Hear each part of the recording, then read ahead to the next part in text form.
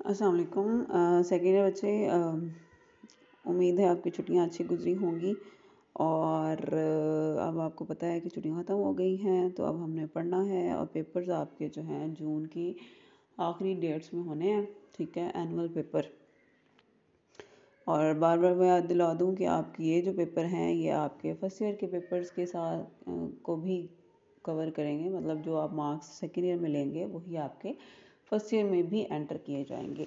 ठीक है, तो अब आप बच्चे सीरियस हो जाएं। ठीक है, पेपर लाजमी होने हैं, बार बार बताया जा रहा है, तो आप इसको कंसीडर करें। ठीक हो गया। आज का जो हमारा चैप्टर है अगला वाला जो है वो हमारे पास है एस ब्लॉक एलिमेंट्स का। ठीक है, चैप्टर नंबर 2 है हमारे पास।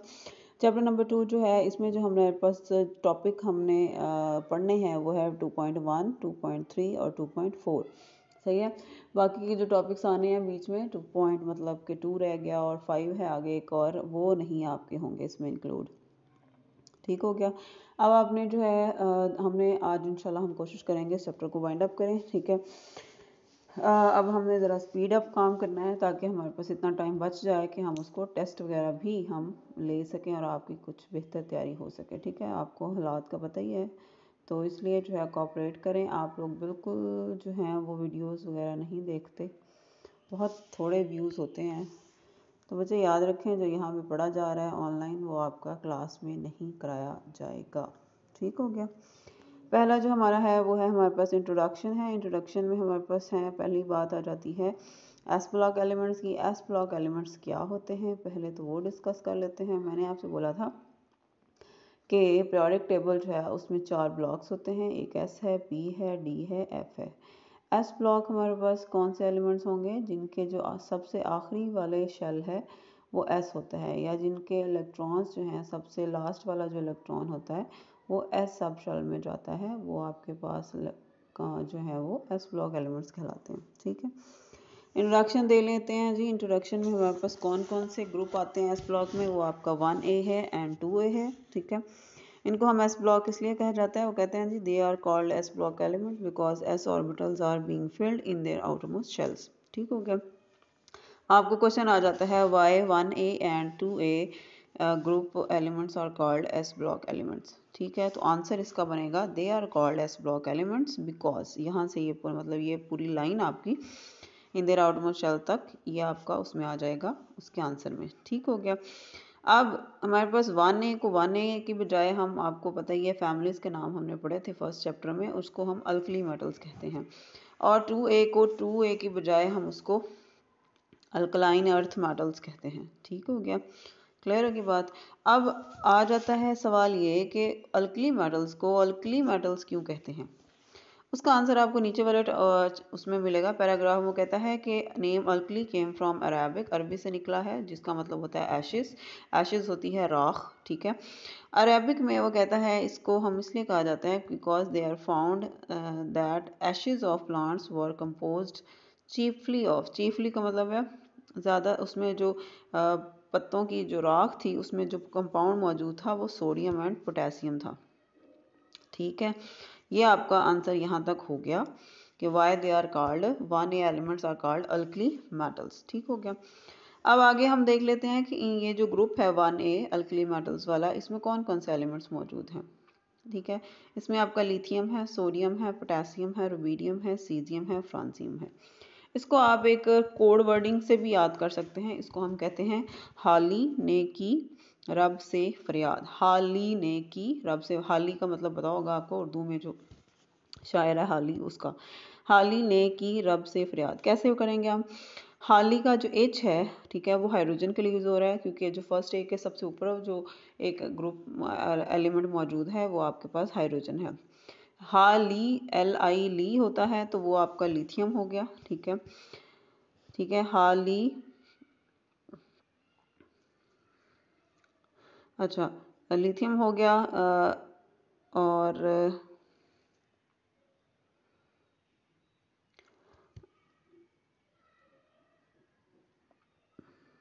Lithium, sodium, potassium. ठीक है, हाली ने की रब से फरियाद, रब रुबीडियम के लिए आ गया, से सीजियम के लिए और फरियाद फ्रांसियम के लिए। ठीक है, क्लियर होगी बात।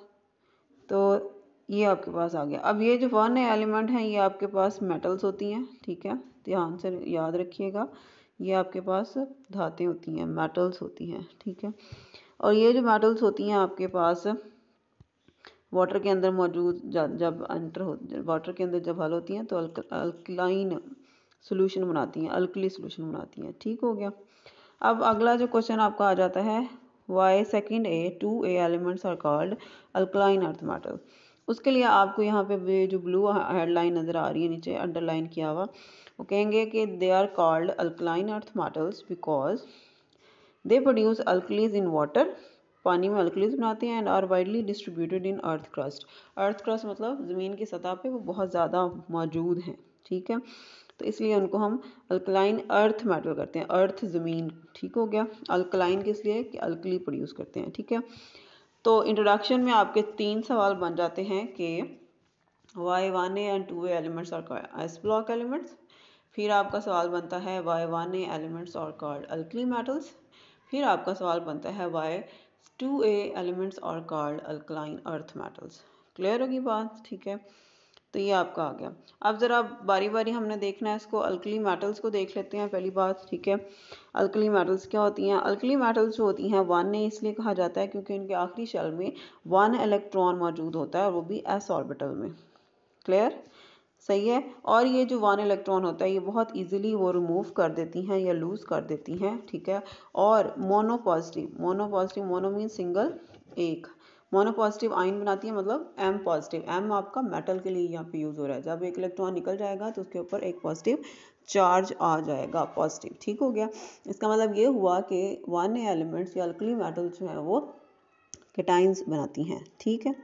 और इनकी आयनाइजेशन बहुत लो होती है, ठीक है। और इनकी जो ऑक्सीडेशन, आयनिक कंपाउंड में जो ऑक्सीडेशन स्टेट है उनकी वो +1 होती है, ठीक है। तो ये 3 प्रॉपर्टीज इसकी आ गई। पहली प्रॉपर्टी क्या आई कि हमारे पास एक इलेक्ट्रॉन होता है इनका s ऑर्बिटल में। सेकंड प्रॉपर्टी ये आई कि वो जब लूज़ करते हैं तो हमारे पास M पॉजिटिव बनाती हैं ये मोनो पॉजिटिव। थर्ड प्रॉपर्टी ये आ गई कि इनकी आयनाइजेशन एनर्जी क्या होती है? इलेक्ट्रॉन खारिज करने की सलाहियत, ठीक है, जो कि इलेक्ट्रॉन रिमूव करने के लिए जो एनर्जी रिक्वायर्ड होती है। ज़ाहिर आसानी से इलेक्ट्रॉन अगर ये रिमूव कर रही हैं तो उनके लिए हमें बहुत थोड़ी एनर्जी लगानी पड़ेगी। इसका मतलब इसकी आयनाइजेशन एनर्जी बहुत कम है। क्लियर।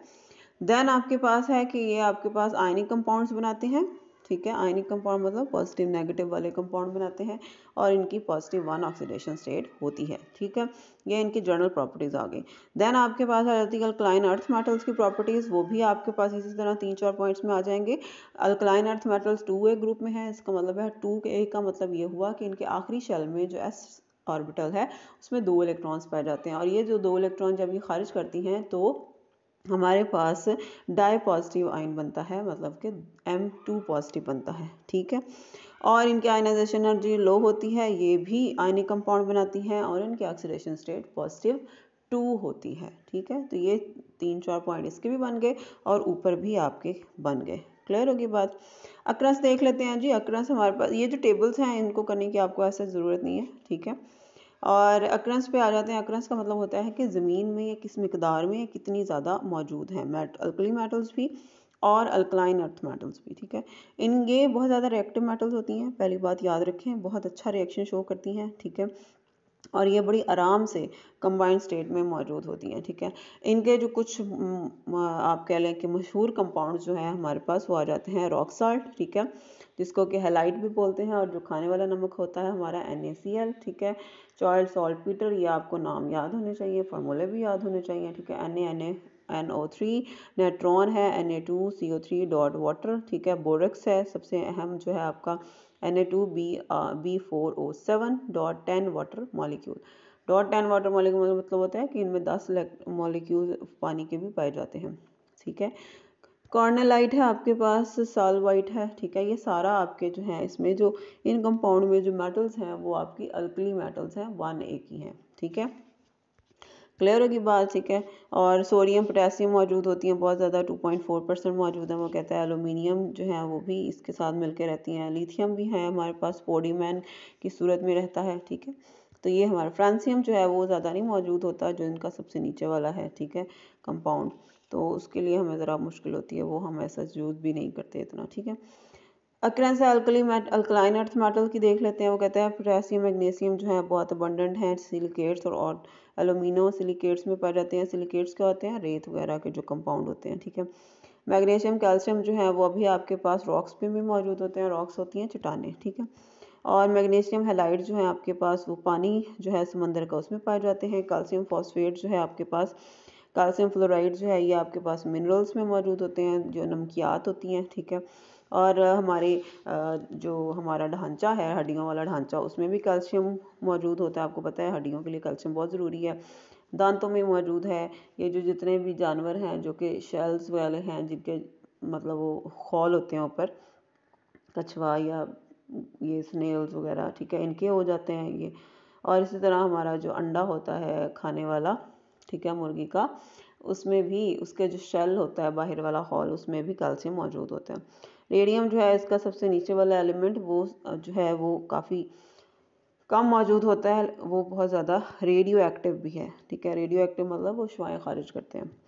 इनके देख लेते हैं जी। कुछ हमारे पास डोलोमाइट है आपका, जैसे कि मैग्नीशियम का कंपाउंड, इसका आपको पता ना चाहिए, MgCO3 और CO3 है। मैग्नीसाइट है आपके पास, कॉर्नलाइट है, एप्सम सॉल्ट है, ठीक है। एप्सम सॉल्ट बहुत अहम है।